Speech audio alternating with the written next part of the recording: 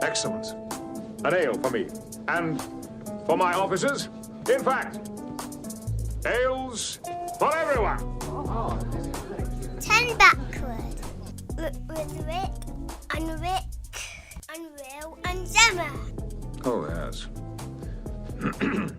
Hello, welcome to the latest 10 Backward.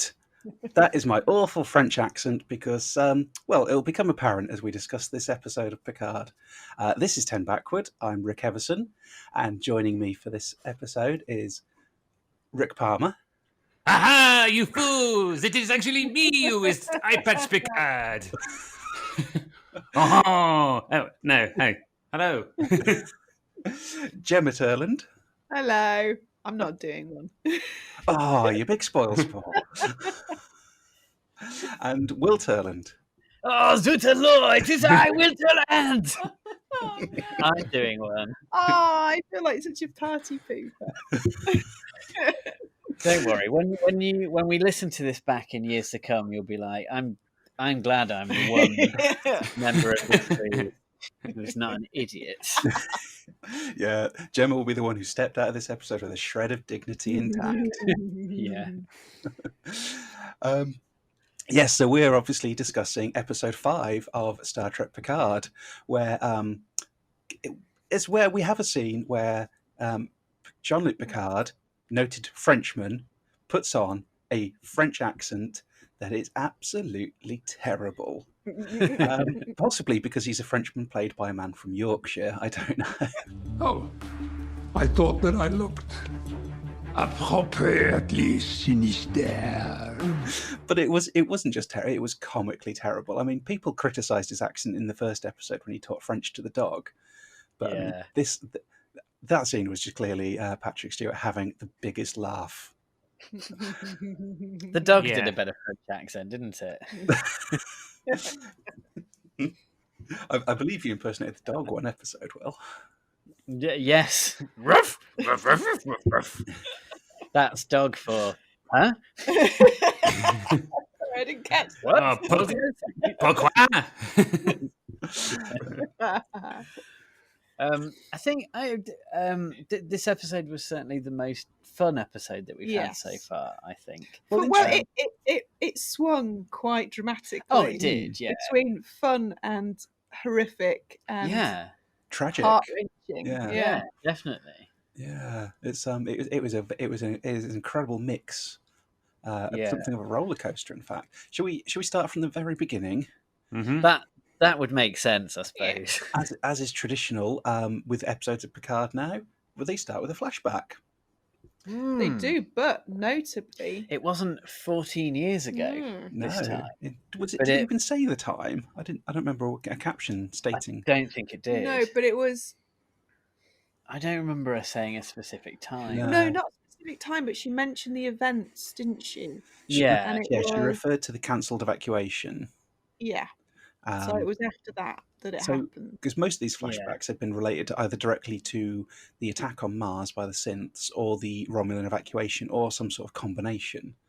And and it was, who we get a reveal of Icheb, don't we? And he's wearing Yeah. a Starfleet Starfleet uniform. uniform that's of the similar era to the flashbacks we've seen with Picard and Raffi. Yes, so we are probably looking at between sort of 14 to 10 years ago. Yeah. Mhm. Yeah. And then Ichib is horrifically and gorily dismembered. I know. Yeah. I wasn't expecting that. We join him as his implants are being forcibly removed from his body. Hmm. And was it the original Icheb actor? It was not. Ah.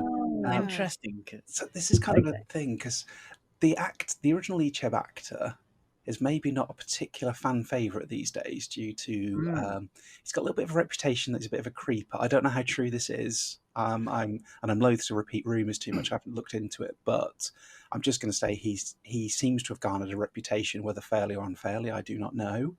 What I do know he did do was state at the time that Anthony Rapp made his comments around the way Kevin Spacey had effectively assaulted him when he was younger.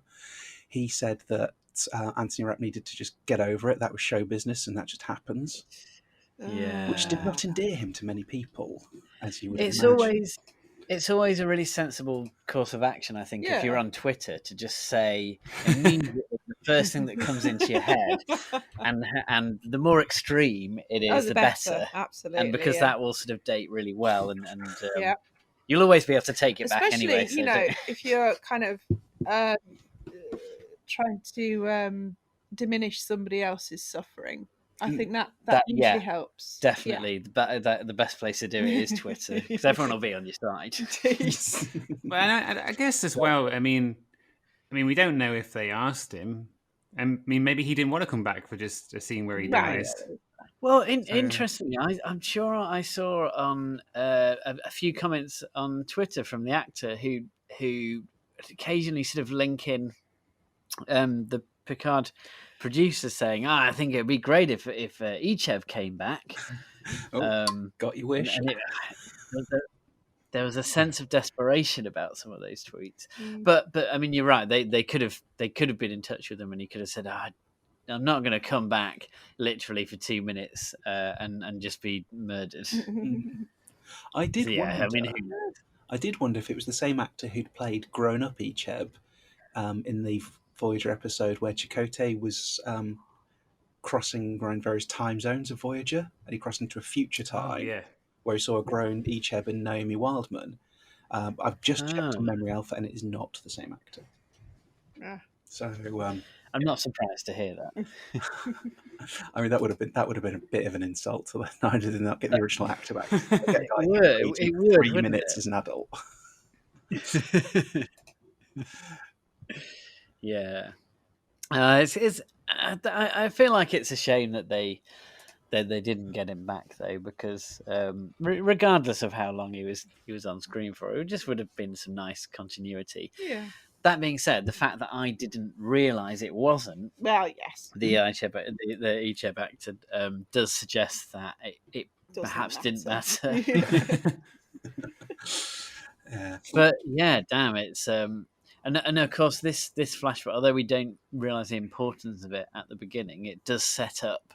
It tells us something about Seven's character and things that motivate her in the future. Yeah. Well, it's important. It's a good piece of the story, isn't it? This is one of the things, because I watch it with my wife, who's not really a Star Trek fan, and she's very unfamiliar with a lot of the story behind this. So she's sort of, I'm going, oh my God, it's Icheb. And she's like, who's Icheb? So I'm pausing it and explaining about the Borg children. And then Seven comes up and she's really cut up, and she's like, so why is she upset? I was like, well, effectively, that was pretty much her child. You know, she had a major hand in raising him in his time on Voyager. So it's kind of like straight from the get-go, I've reminded myself of like, flipping out for Seven, this is some hardcore tragedy. And I thought that was good, because I suppose getting ahead of ourselves a little bit, but in terms of things that are going to motivate Seven to go on a murderous kind of revenge mission, I think that would do it. Yeah, like I was convinced by that. I was like, yeah, okay. It's like the film Taken. Yeah. Yeah. So less successful. Seven does have a very particular set of skills. She does have a particular set of skills, yeah. I also appreciated, and I don't know if this is kind of a deep cut, but as the woman, before Seven enters, the surgeon says, where's your cortical node? You must have it. That was it. And then Seven walks in, because she's got it. Where's your cortical node, buddy? Gotta be in there somewhere. That's a nice touch. They didn't have to do that, but that was a nice nod to canon. Yeah, it was. Because there was an episode where Seven's node was failing, and she would die without it. But because Icheb was younger, he had more chance of recovery, so he donated his cortical node. So it was a really obscure, I thought, but nice touch that as she said that, Seven walks in, because she's literally carrying it. So. Definitely. And actually, I mean, it was a really short scene, but this is pretty significant, because it has confirmed the death of a semi-regular Voyager character. Yeah, and you know, that's kind of a big deal. Yeah, so, certainly, if you're a big Voyager fan, that's going to be a pretty important scene for you. Well, the episode is sort of. I felt the episode was not getting ahead of ourselves, but I thought the episode was nicely bookended that way Yes. by people dying on a doctor's table, basically, and existing characters as well. Not that Bruce Maddox was in a lot of episodes. He was only in one, but he was an existing character that's sort of. I think he had such an impact from that episode and was referenced again. That he's a bigger piece of Star Trek lore than just his one episode appearance would normally grant. Likewise, like with Ichib was almost the Wesley Crusher of Voyager in a way. Yeah. Because he was the younger kid, the one that teens could relate to. He was obviously, because of his Borg knowledge, he had a fair amount of, genius level knowledge. Wanted to go into Starfleet. Was only in for a few seasons. Those sorts of things. So the impact wise, if you're a Voyager fan, it's like pretty huge. So after that scene with Ichib, we go to Free Cloud, right? Yes. I really like this scene too. I really like the aesthetic that they had for Free Cloud. It reminded me a lot of TNG. They used the same sort of color palette. The set design was pretty similar. It didn't seem like they'd gone out their way to sort of make it new and use all the gizmos that they would have to create some sort of wretched den of scum and villainy. Also, but it looks quite nice actually. Sorry, Free Cloud. But I like that. The costuming as well. I thought the costume that the main villainess wore reminded me. It was very TNG sort of era. Yes, it was. Oh, certainly with the sort of powerful shoulder pads. It did. But, I mean, I suppose she does look a little bit similar, but she reminded me of early season. Troy. Troy, yes, there you go. Definitely. I was like, what? Oh, I thought it was Troy for a second. Yeah, she really did. Like I thought that was great. She was a good sort of villain of the week. Yes. Yeah. With her big burly space minder as well. Indeed. Yeah, I like that guy. He felt quite TNG He as did well. feel quite TNG, but I was a little bit disappointed at how easily they took him out. They just shot him. Yeah. Shot him in the back. That's how you do it. You wouldn't fight well, him. God, no, yeah. If Worf was there, sure, he would have taken him head on. But anyone else, in the back. By Rios when dressed up as a space pimp. Yay! Yeah. Yeah, so I mean, they basically have a little bit of a caper this episode, which I really enjoyed. Sort of a heist, isn't it? There's a heist, and they've got to steal Bruce Maddox. Yeah, and they've got to dress up in silly costumes. We were saying, well, you were saying, Gemma, that the heist didn't really.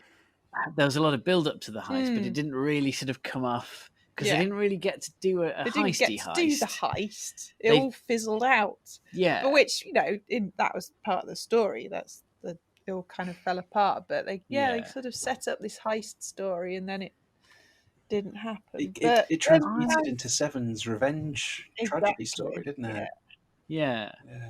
Which I was okay with because I, as much as I enjoy a good heist story, I did feel like I wanted to get to the point. It would have felt like they could have done some fun old nonsense around that, but it maybe would have just delayed them getting to what the core of the story was. So I actually didn't mind. If it had been entirely the heist caper, I think it would have felt a little bit out of place. I think turning it round at this point probably works well to keep it within the tone and theme of the series. Yeah. You can go into these things and you can play about with the stuff and you can have the characters do fun things, but I think we're still trying to keep in the overall story, and this did that really well, which is these characters have not gone on to the wonderful utopian futures that we'd all assumed in a way. Yeah.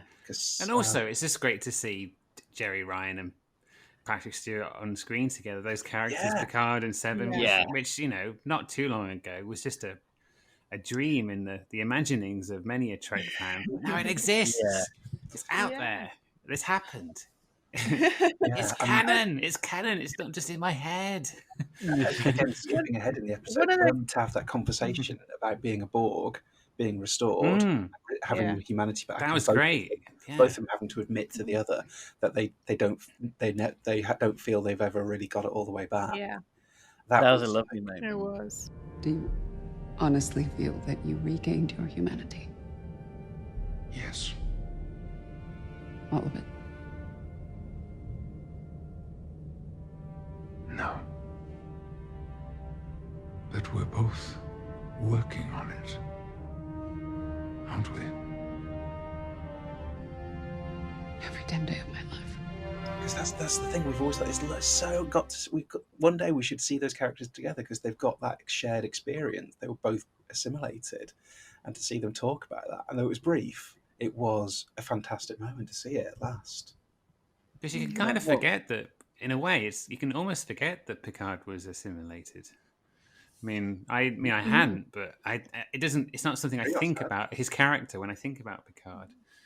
Yeah. Especially when he's wearing an eye patch and doing a crazy French accent. And Rios had forgotten, hadn't he, of course? Yeah, Rios had forgotten. Or didn't even know. I found that scene a bit odd, actually. The kind of weird exposition scene between Rios and Raffi. I just, that felt a little clunky. But there was that. It did answer one of our questions from last week, whether or not Picard and Seven of Nine know each other, and she said no. As far as she knows, she they said don't. no, but he said, well, they kind of seems like they do. But I guess they would know of each other, and they would be interested in each other because of the Borg. Or do they basically know each other because they were both part of the Borg collective for a time? Do they feel like they have a connection because of that? They would have been at the same time, wouldn't they? Yeah. Yeah. Don't know. Maybe they'll talk about it more in future episodes. If we see her again. I know. I hope we do. So do I. Yeah, we will. She gave Picard a little "call me if you need me if you're in trouble" token. So She did. we've got to bank that. That won't come up again, obviously. If this is her one episode, though, I'm happy with it.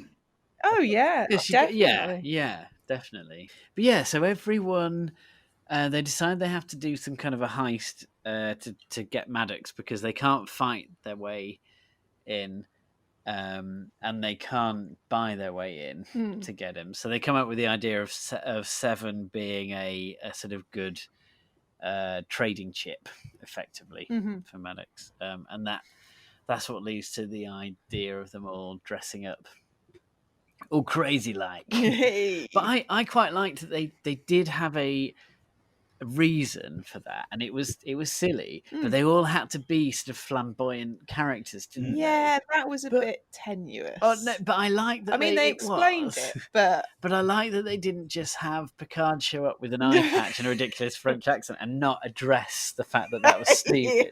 Like, I like that at least they thought of a reason why they would all be a bit silly. And a facial scar. Did you notice his facial scar?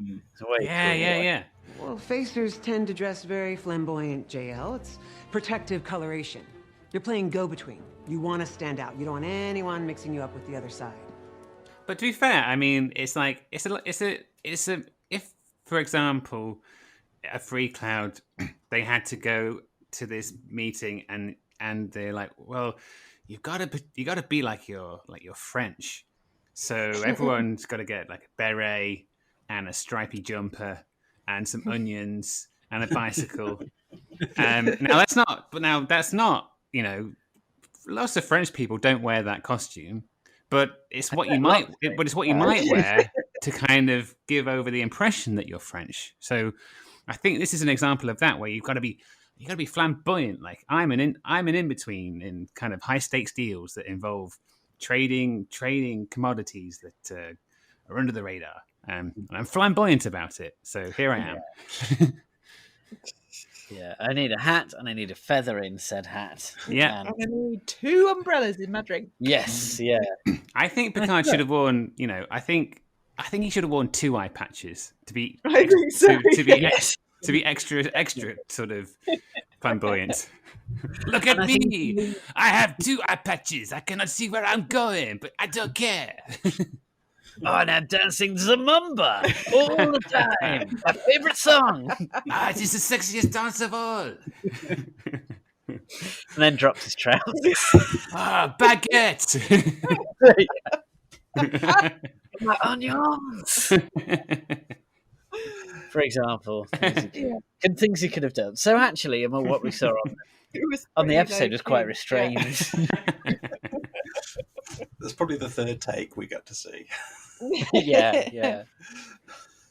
On a less fun and flamboyant note, they were the reason they were cutting up Borg, where they were removing the Borg doodads, which how I refer to them, to sell on the black market, which begs the question: why are people buying them? What are they doing with them? Are a lot of people with enough money implanting Borg technology Or novelty necklaces. Novelty necklaces. Cracker gifts. Yeah. But yeah, so yeah, is there Borg technology being distributed throughout? Yeah. Well, the concept goes back to a Voyager episode where the Ferengi used a fake Barclay hologram to try and lure Voyager into a thing which would have killed the crew, but got the ship back, so the Ferengi could have plundered Seven for nanoprobes to sell. The platinum value for that was going to be astronomical. So the idea that's something I hadn't really thought about. I mean, I suppose what were you thinking, Gemma? That they're going to sort of seed people with this stuff, and like, is it? Well, no, that people are choosing to use it. People are actually actively choosing to implant them because there's some kind of benefit. I suppose they have power to do, because there's an episode of Voyager where Voyager gets sort of the stuff gets stolen off of Voyager, and things from the ship are used in other purposes to sort of power parts of a city, and so I suppose these Borg parts could be used for other purposes. They can help run ships and bits of technology. I guess they're multi-purpose, aren't they? Perhaps. Yeah. But I don't know.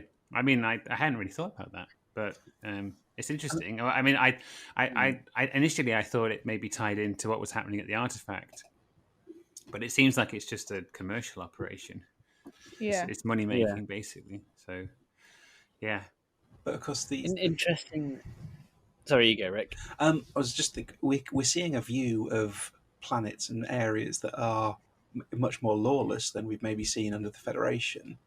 And it kind of these are places that don't have the utopia where resources are maybe more scarce. So for like Borg limbs, when you need a prosthetic limb, you may not have many places to turn. And actually, Borg ones are probably going to be pretty enhanced and pretty good. So if you've got some money to throw out, stuff like that, maybe. You could use nanoprobes to, fix broken bones and heal, as a surgical tool. Or maybe bounty hunters and space pirates who fancy a sort of a weaponized right arm to kick some ass with. Yeah. Or I suppose you could use, if the technology is rare enough, it can then be used to sell on for profit elsewhere. True, maybe. yeah, I mean, or it's like it's a bit of gold that you hide under your floorboards, and in 100 years it's worth a bit more than it was, or I don't know. But going back to Rick, you mentioned the Ferengi, and of course there's a certain Ferengi who gets a name check in this episode.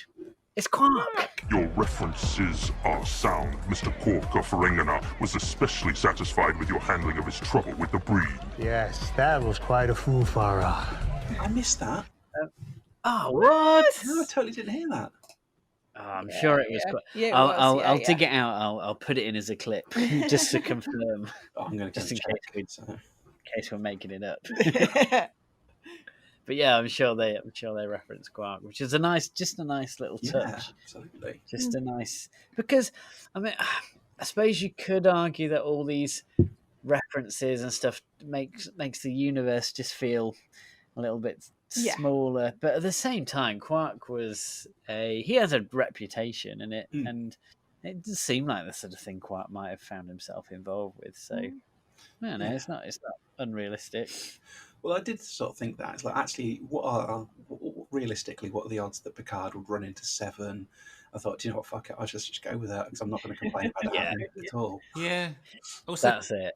I could see Quark being that sort of intermediary as well. So yeah. So I just loved it. I thought it was nice. I mean, I had to go back and check that I heard it right. I thought, I mean, it's just nice. It's just nice for the fans, isn't it? It's nice. It's nice fan service, basically. It is. Yeah. And it doesn't go overboard. It's not kind of crowbarred in. It's just a nice reference. What did you guys think of we get a bit more of a backstory on Raffi in this episode? So she leaves the crew before the heist and kind of goes off and does her own thing, and then comes back at the end. And we really only get kind of one scene, but I thought it was a really effective scene. I thought it was really good, where we find out that she has an estranged son who basically is not friends with her anymore. No, because I guess we discover that her sort of obsession with this kind of Romulan synth attack conspiracy and the whole fallout from Starfleet around that has really sort of alienated them, like her with her family. And I liked all that stuff. I thought it was really nice economic storytelling that wasn't spread across like 3 scenes across the whole episode. It was like the audience, the writers had enough faith in the audience where they were like, you know what, they're going to get it. They're going to get it. We can do one scene. We can tell them everything they need to know. It'll be a good scene. It'll be emotional. The actors can handle it, but we don't need to drag this out. This doesn't have to be like a B plot that runs for the whole episode. That the audience can deal with this, and I really liked it. Yeah, I think you make a good point, because I thought it was good too, and I have to admit I'm generally not a fan of that kind of plot element. When parents become estranged from a child, because often it'll be played where the child is usually a bit too unforgiving. I'm thinking particularly of the last season of Daredevil, where something similar happened, and it just didn't Matt Murdock was he just came across as being a bit too precious about the whole thing, and not understanding, not empathizing with the other person, with his estranged mother in that series. So, but with this, I don't think it kind of fell into that. It fell into that sort of problem. I felt it was well done.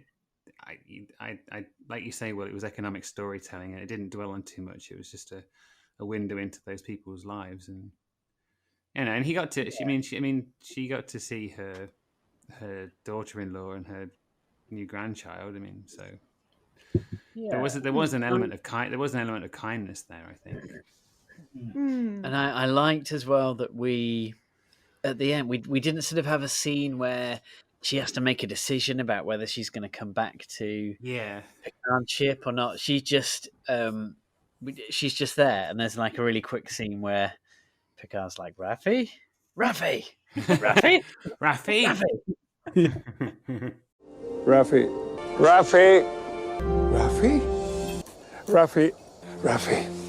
Which they opposed. Raffi. No, never Raffi. again. No, go. Don't. Raffi. No, don't. Just don't touch me. Raffi.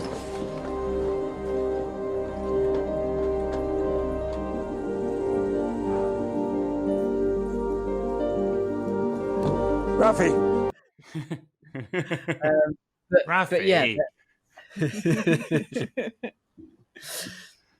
But we didn't need that, because obviously she was going to come back. Yeah, it felt obvious even when she was going that she'd be back by the end of the episode. As soon as she beamed down and said she'll be back. And it addresses her. It addresses her being an addict as well. I thought it did that well. The little holograms some of them get at the beginning. I think her hologram was related to Snakeleaf. Yeah. I'm not sure if I saw that Yeah. correctly, but Well, definitely Yeah, substances. It was meant to So, give you the impressions. so yeah. But I think they've done that well too. I think they played her backstory as having an addiction problem. I think that's been kind of drip fed into her backstory nicely. Yeah, not overplayed. No. Just part, an important part of her character, but not overwhelmed the story. Yeah, But it's also adding another level of drive to her character. Yeah. Presumably, there's drive now to prove that that all this conspiracy stuff is real. Just to prove to the people that she loves that she's not crazy. Yeah. To prove that she can stay clean. To prove that she can make something of her life again. Yeah. So yeah, that's going to add more drive to her character. Yeah, definitely. Yeah, that one scene really did a lot and told us a lot about her character, I think. Yeah. I can't wait for the episode where she gets to say, see, yeah. I told you 14 years ago all this was going on. What did you say? You didn't believe me. Well, look who's right. Me, Raffi. And then Picard's like, Raffi.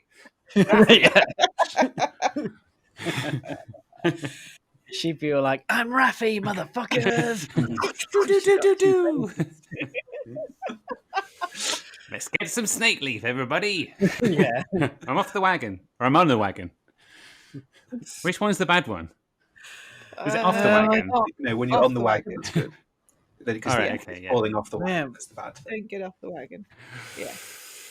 And and then we see Picard smoking some Snakeleaf, and he's like, "Oh, Raffi, this is some good shit." And he's got two eye patches on. I imagine that if he's smoking a lot of weed, he does that French accent all the time. Oh, Raffi, this is le merde bien.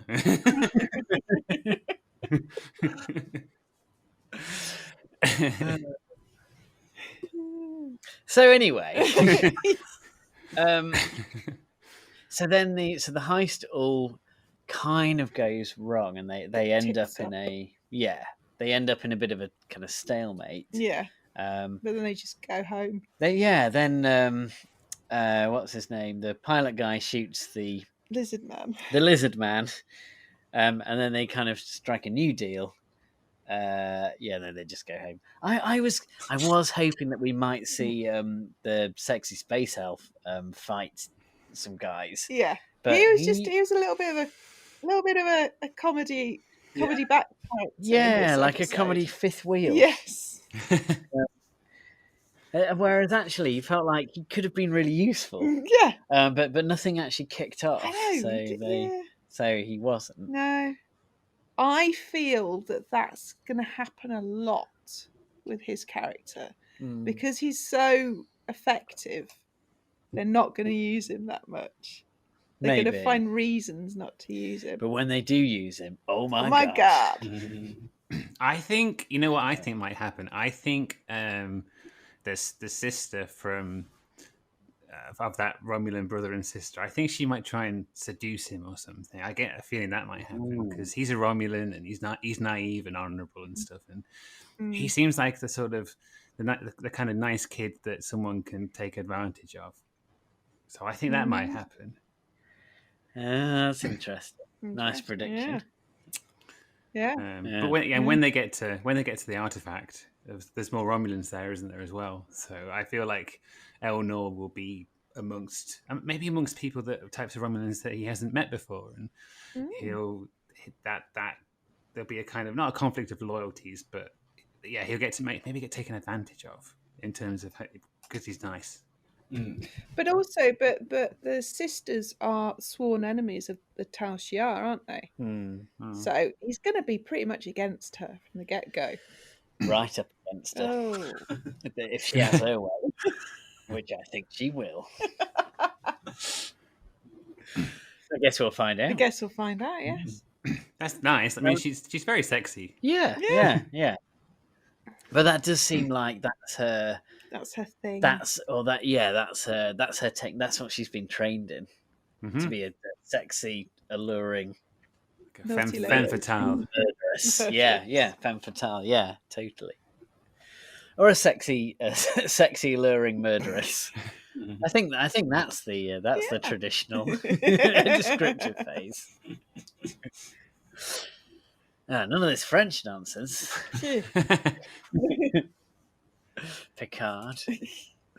But yeah, so what did you guys think of the way we left Seven in this episode?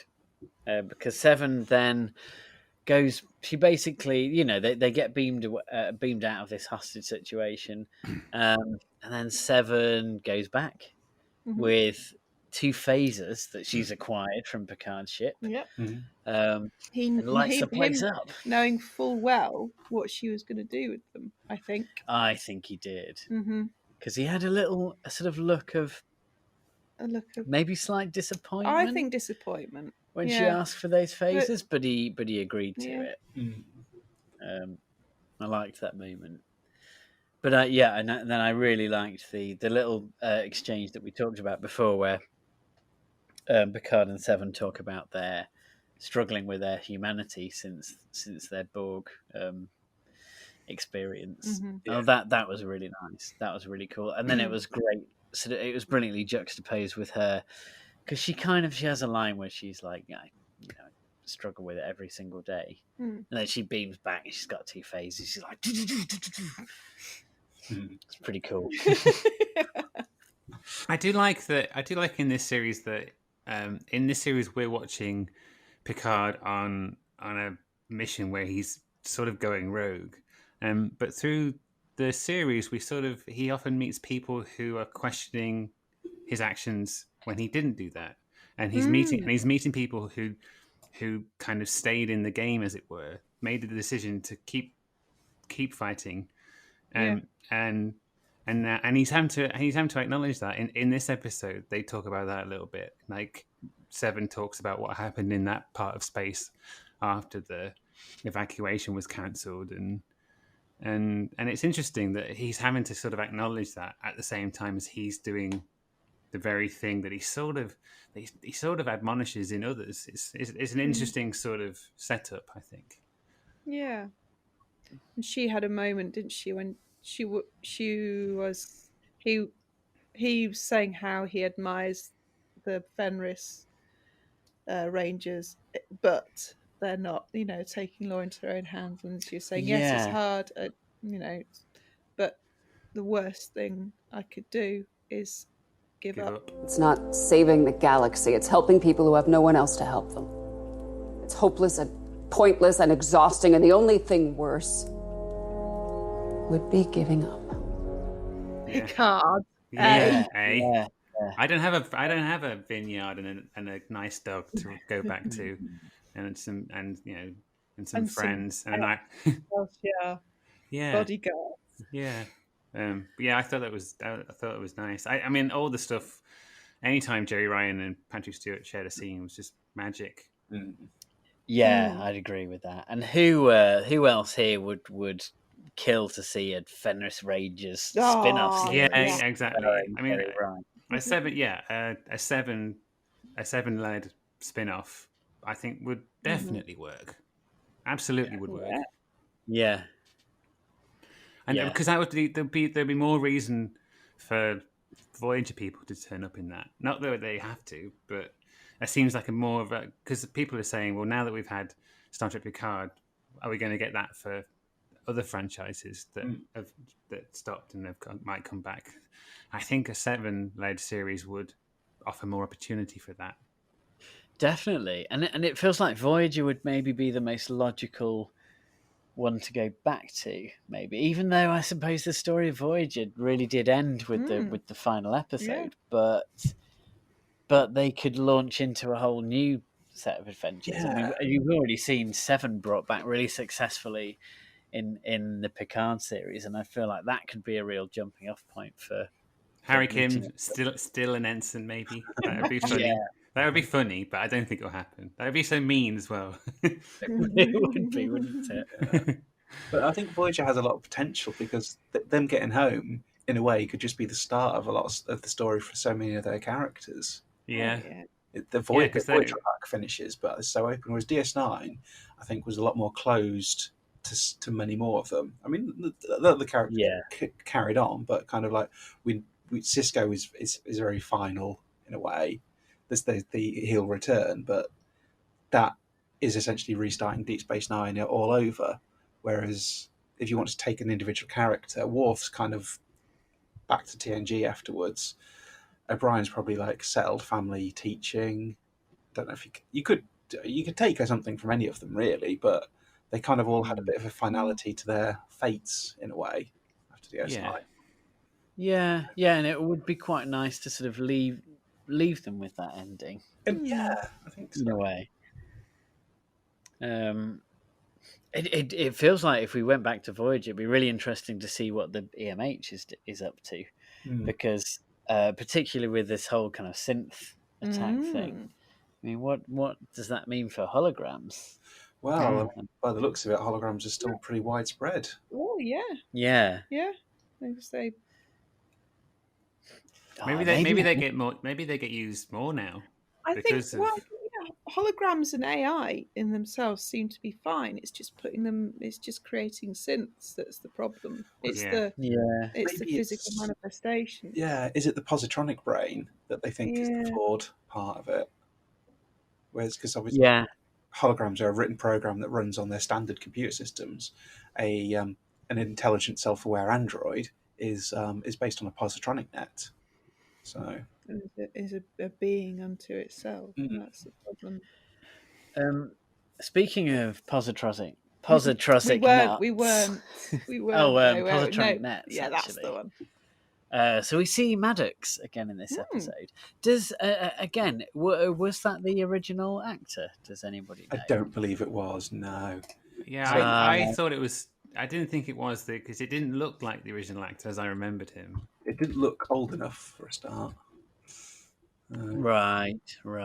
Because was it a season 1 episode? Two, I think. Season 2. Okay. No, I just checked on Memory Alpha. Different actor. So, right. I mean, like 30 years or so ago, but I mean, it was still nice to get to see that character, wasn't it? And I have to admit, a lot of the stuff with him and the Dr. Jurati, came absolutely out of left field for me. I didn't see hardly any of that coming, especially the end. Yeah, because there was a really bit early on when she was looking at that old video and the whole bit about him making cookies, and I loved her complete like, how do you do? Yeah, why don't you just replicate? But she was crying, but I know, because initially you think she's crying because she's sad she's missing him, but I think maybe she's crying because she knows that she's gonna have to kill him. Yeah, because she knows what she has to do.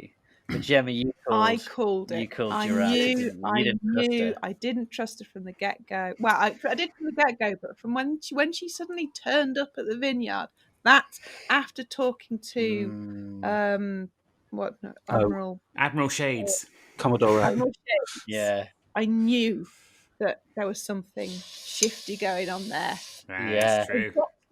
And we did make that joke when we talked about that episode where she comes in and she's like, oh, what's this in my hands? Oh, a Romulan disruptor. Oh, I don't know how this works. Throw this on the ground. Yeah, whatever, Jurati. Yeah. Now we've seen her true colours. I think I was won over because I think I'd fallen in love with her. I was going to say because I wasn't on last week's episode. I did listen, so I was very much aware of your Valentine-based conversation around Dr. Jurati, and it's interesting. She's gone from ditzy little sweetheart to cold-blooded killer. Yeah. In one episode. What year into a relationship does that happen? I guess I think year 3. Yeah, I think what if you survive year 3? Yeah, then it's a goer. There you go. Yeah. That's lovely. Sweet. Mm-hmm. Yeah, so long as you're on board with your other half's murderous impulses, then you're okay. But yeah, my 3 years in, we're like, what's this? Is this poison in my soup? You got me. Here's to many more years of marriage, darling. Well, this will keep things interesting. Yeah. Rick, how did your wife try to murder you 3 years in? So many different ways. So many ways. Varying from poison to just outright stabbing. Wow. The old ways are the best. You're hardy though, Rick. You can survive a stabbing. Yeah.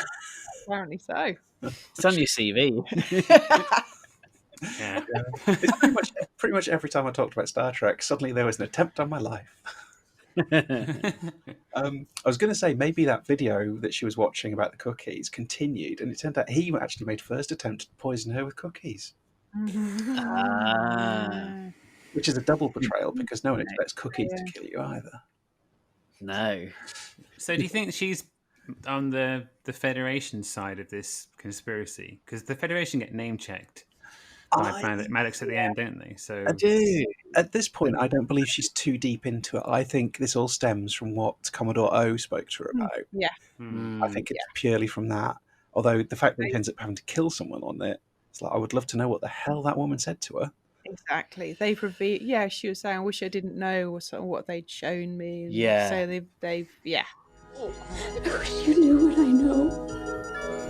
I wish I didn't know what I know. I wish they hadn't shown me. I'm so sorry. She knows some kind of terrible truth that is strong enough that to she make her believes believe is a truth. Yeah. I think it wasn't like, she'd been taken over or anything or brainwashed. She knew what she was doing and it hurt her to do it. She didn't want to do it, but she felt like it was the thing that she had to do. Do you feel maybe she's been radicalized? Because it's not just sabotaging efforts to create synths. She's actively killing someone just because they have the knowledge to create a synth. It's possible, but I don't know if she... Yeah, well, she did say, just one more thing that I have to atone for. So she did, as it's possible that she has been radicalized, but she didn't seem very happy about it. No, that's a good point. That does suggest this isn't the first action that she's taken she's on that saying path, no. so... She's not the murder wasn't something to atone for. It was the fact that she was a part of creating the sisters. That's how I was reading it, just like Gemma. So I'm guessing it'll tie into the larger story. I mean, obviously it will, but the kind of the Romulan aspect of it being the Romulans' hatred of artificial intelligence and that seemingly being very old. I was thinking because in a couple of episodes ago we were spitballing ideas about what that might mean, and I said that maybe the Romulans are actually these flesh and blood synths because there was a big war on Vulcan thousands of years ago, and around that time, whoever became the Romulans left Vulcan. But now I've kind of flipped it, and I think, well, what if the Vulcans are synths? Because think about it, that would explain something like Spock's brain, because they take Spock's brain and that powers the whole civilization. And they're logical, and they act more like what you might expect a synth to act like. Yeah. But I'm not saying that's. I don't think that's where it's going. Yeah. But I do like the idea that on Vulcan, when there was that original war, there was a sort of a Battlestar Galactica event where these synths sort of rebelled and there was a war, and that's what the war was about. And something happened after that, and that's why the Romulans hate synths. I don't know. That's just what I kind of got thinking about when I was thinking about what this might mean. Because I'm really intrigued by the fact that it's an ancient hatred. Yeah. Well, that's interesting. Not that Spock's brain needs explaining because it's brilliant, but but it would a little bit, wouldn't it? I think. Yeah. However, I don't know, biological reproduction. Yeah, but I guess they use flesh, don't they? So I mean, why not? I mean, if they're flesh and blood synths, I mean, what is the? Yeah. What what proportion of something has to be synthetic. So is it because it has a positronic? I guess if it has a positronic, if its functioning system is positronic and it's positronic in a flesh and blood body, I guess you can still reproduce, can't you? And in Battlestar Galactica, that was something the Cylons wanted to do, didn't they? They wanted to reproduce. Yeah. Organically. But if you can organically reproduce the organic body, that doesn't mean you can reproduce the positronic brain in the same way. Yeah. Don't know. Unless you got nanotech, I guess. Then maybe that's why they're at the. But then maybe that's why they're. I don't know. Can't wait. I mean, I'm fascinated to find out because it seems like it'll be it will send out ripples in canon, won't it? Whatever we find out, it feels like it will. My thought was that maybe because the beauty of using the Romulans is that you can play fast and loose with canon because you have that's very a good point. Yeah. But my thinking was that it almost seemed like Dr. Jurati had seen some kind. I was thinking about time travel. I was thinking about something from the future, like akin to, say, an Enterprise where Archer is shown. Like I can't remember what it is. It's like the 27th century or something. Oh yeah, Enterprise J. Yeah. Have the Romulans seen something in the future that shows how synths are going to be responsible for some kind of epic disaster? Although what more epic disaster you can get than your planet being destroyed? I don't know. Wow. Or were synths responsible? So we're suggesting the Zat Vash might be Romulan time agents have come back from the future to try and undo the rise of synthetic life. Ooh, I wasn't suggesting that, but I like the way. So why did they go back so far into the history of Romulus to start doing that? We have to go quite far because bear in mind, in this time, humans already got Roombas. You need to go far back enough before you start making sentient vacuum cleaners, at least. It all began with can you imagine someone in a post-apocalyptic Earth going, "We should never have made the Roombas. We should have just hoovered our own floors. Was that so hard? When will people learn?" Yeah. All these skulls. Ironically, I could really do with the Roomba right now. Yeah. So many skulls to sweep up. It's so dusty.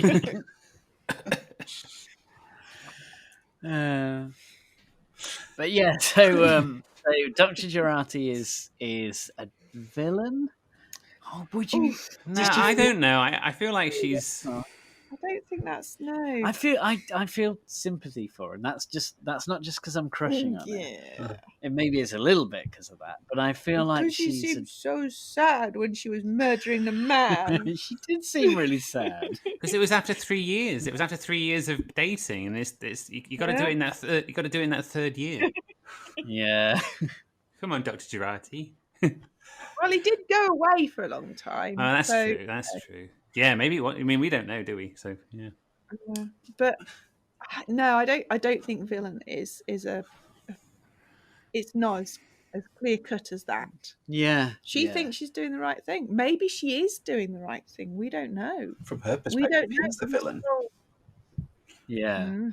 From my point of view, the Jedi are evil. Well, I like. I really like that we're.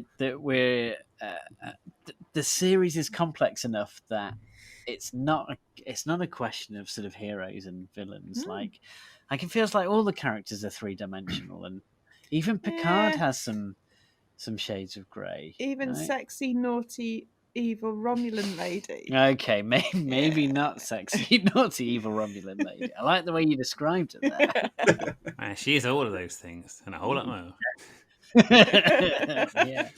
No, but I know what you mean. I have to admit that I was watching this episode and thinking, oh, this is the episode where all these people on this ship aren't strangers anymore. They're friends and they're a crew. And Picard's got his crew back. And then, one of them does a murder. I'm like, rug pulled from under me. Don't get too comfortable, Rick, because a murder just happened. Yeah. Like, Do you know? Now you mention that, I get it. That feels like that might have been a deliberate thing that they brought some levity to this episode and some humor and fun to kind of warm you up to everyone, so that the ending was so much more impactful because it was like, bam, they're not all how you thought they were. One of them isn't. Also, there's definitely a little undercurrent of attraction, I thought, between Rios and Jurati. Yeah. And then when we find, actually, she was involved with Maddox, and he's been with them, so I guess that's bad news for Rios. And then she murdered Maddox. It's like, that's good news for Rios. Yeah, he's back on. But also, it could be bad news for him in the long term. Well, after 3 years. Yeah. But that's the 4th season. That's a way off yet. That's true. Yeah. It's good because it's like a big thing that we know is coming, but we don't really know when it's going to hit. So, next 3 seasons of Picard, we'll be waiting for that hammer to drop, perhaps literally on his head from her hand, depending on the method she chooses. But I did feel in this episode we're really getting into the meat of the story now. I feel like which is right because it's episode 5. But it feels like we're in it now. We've had a good old twist. We know a bit more about what's going on. We've got to a point in the story where Picard's learned about the Borg cube, the artifact. Yes, he knows where he's got to go next. Yeah. And interestingly, we didn't have any scenes on the Borg cube this week. I know. Which I was happy about. No sock slides. No sock slides. Just assume everyone's sliding about the Borg's super fun, happy slide corridor. I assume we all knew they would have. I think this week everyone was laid up in sickbay because they've all hurt themselves sliding about like idiots. Dangerous. It is a bit, yeah. Except super sexy, naughty Romulan lady who would probably just slide along sexily, naughtily, and not fall over. Yeah, Indeed. yeah. I like the fact that in that day and age they still have socks. Yeah, I like that. Yeah, socks. Me too. I'm just hung up on the that Romulan lady sliding sexily and naughtily along the floor in her socks. I can't bring all those different elements together in my mind. Really trying to.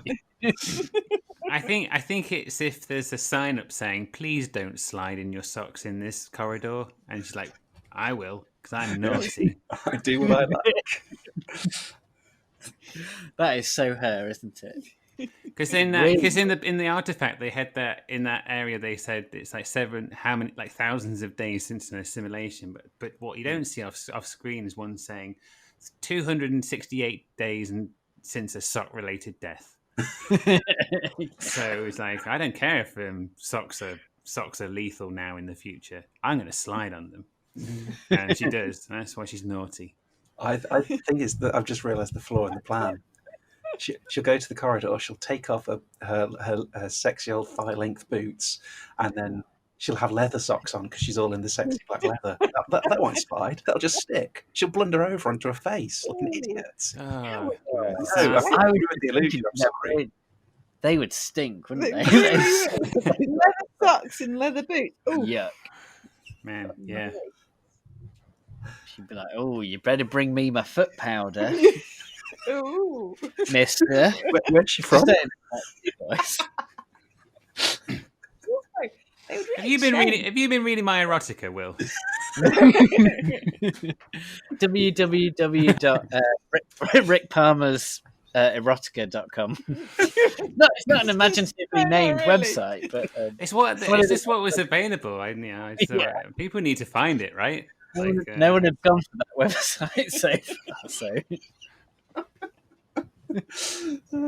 But yeah, I have been reading it, Rick, and it's good. It's good. Thanks, Thanks, man. Yeah, thank you. Well, I feel that's led us down an awkward path.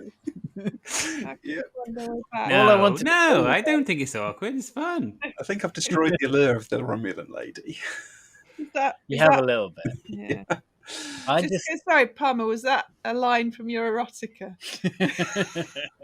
No, I don't think it's awkward. It's fun. Come back.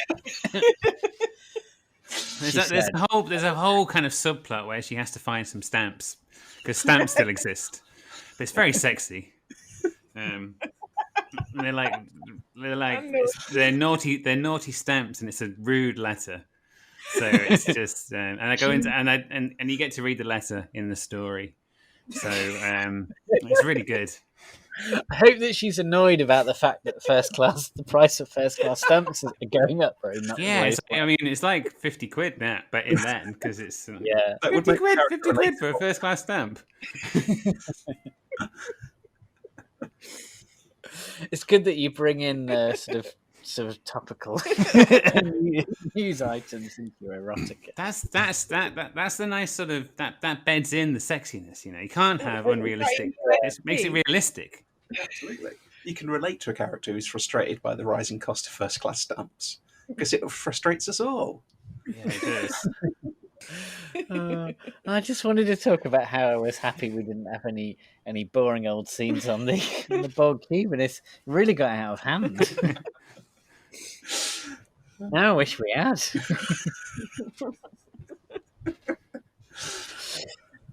But I feel like maybe next week we'll go back to the Borg cube. Yeah. And maybe next week will be Only Picard will go to the Borg cube. Do you think we'll get there so quickly? Nah. Oh, does that lead us into our new feature?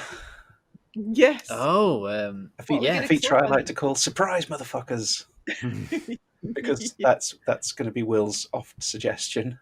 But let's have a little prediction of what we think will happen in next week's episode.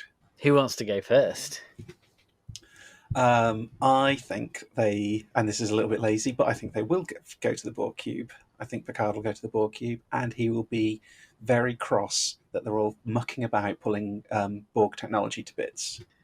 I think they won't go to the Borg cube. I think they'll find some reason to go and do something else instead. Because we haven't seen Riker yet. We haven't. That's true. The Rikers. Maybe we'll have a diversion involving the Rikers. Maybe. Maybe he needs something else in order to get into Romulan space. Yeah. Yeah. And maybe he just needs to psych himself up before he goes to a Borg cube. Yeah. He might want to go see his friends. Do you? What do you think, Rick? Do you have any predictions for next week? Yeah, I mean, I agree with Gemma. I don't think we'll get Picard to the cube next episode. I think in the next episode we'll deal with what happened to Maddox. I think that might be a plot point for the Picard element of the story. But I do think that the next episode might be more based on the artifact. We might get a bit more of that story progressing. And then at the end of the episode, Picard will be ready to go to the artifact. That's what I think. And I'm wondering how long it will be before people find out what Dr. Jurati did, because I feel like nowadays TV series don't tend to like that to drag on too long. They used to do that all the time and let a secret sort of dwell in a series for a long time. But more recently, I've found that they don't do that. They'll address it pretty quickly. So I'm hoping that Jurati thing gets done relatively quickly. I don't want it to last too long because it seems pretty germane to the story. So I can't see how it would. Well, she'll have to selectively delete parts of the EMH memory to cover her tracks, wouldn't she? Would. Which I guess she has the skills to do. Yeah, yes, I think she would have. But also, is this not going to be a window for us to start to understand what the Romulan, what are they called? The Vash are all about. Yeah. Yes. So they find out why she did it, and then they ask her why she did it, and at some point she's going to have to start revealing things. Yeah, and on a ship where you've got Raffi and I mean, there's some pretty canny people on that ship, aren't there? I think they'll know something's up. I mean, I'm not saying that Jurati's not canny, but I feel like that might be where they're heading. Something will twig. Well, Raffi did say to Picard, not even a background check in reference to Jurati. Yeah. So she's going to have a little bit of an so moment, I think. Yeah. I have a prediction for next week. It's a little bit left field, but here's what I think is going to happen. So Picard and crew are on their way to the artifact, the Borg cube, right? Out of nowhere, there's like 30 ships show up, 30 Romulan ships. It's the ruddy Tal Shiar. No way. They're about to they're in a desperate situation. Picard's about to be obliterated. Suddenly, 35 more ships warp in. It's the Jacques Vache. They destroy the Tal Shiar fleet, and Picard's like, "What?" And then the comm screen comes on, and Picard says, "Who is this?" It's Cisco's dad, and he says, "Jambalaya, motherfucker!" In one hand, he's got a jambalaya, and in the other hand, someone's mother. Yes. But I'm not gonna reveal whose, because I don't want to speculate in that sort of detail. Ooh. And that's gonna be that'll be the cliffhanger. That is one heck of a cliffhanger. Yeah. That's brilliant. Yeah. I want your one to happen. They're all great, guys. I think we've all done great, but that's a lot of fun. I love it. I just think it would be very hard to predict where the story would go from there. I think. I honestly, I couldn't begin to imagine. I haven't imagined beyond that point. But it was a perfect point to end it. So I want to know how you know the ships are from the Jacques Vache. Are they going to have? They have. We are the Jacques Vache. On every one. Jack Vache. Hiding in plain sight. Yeah, exactly. Brilliant. So that's how you know. Plus, I think Cisco's dad would also just say it before he says "Jambalaya, motherfuckers." He'd also say, "We're the Jacques Vache, Jambalaya, motherfuckers." And it'd be like, "To be continued."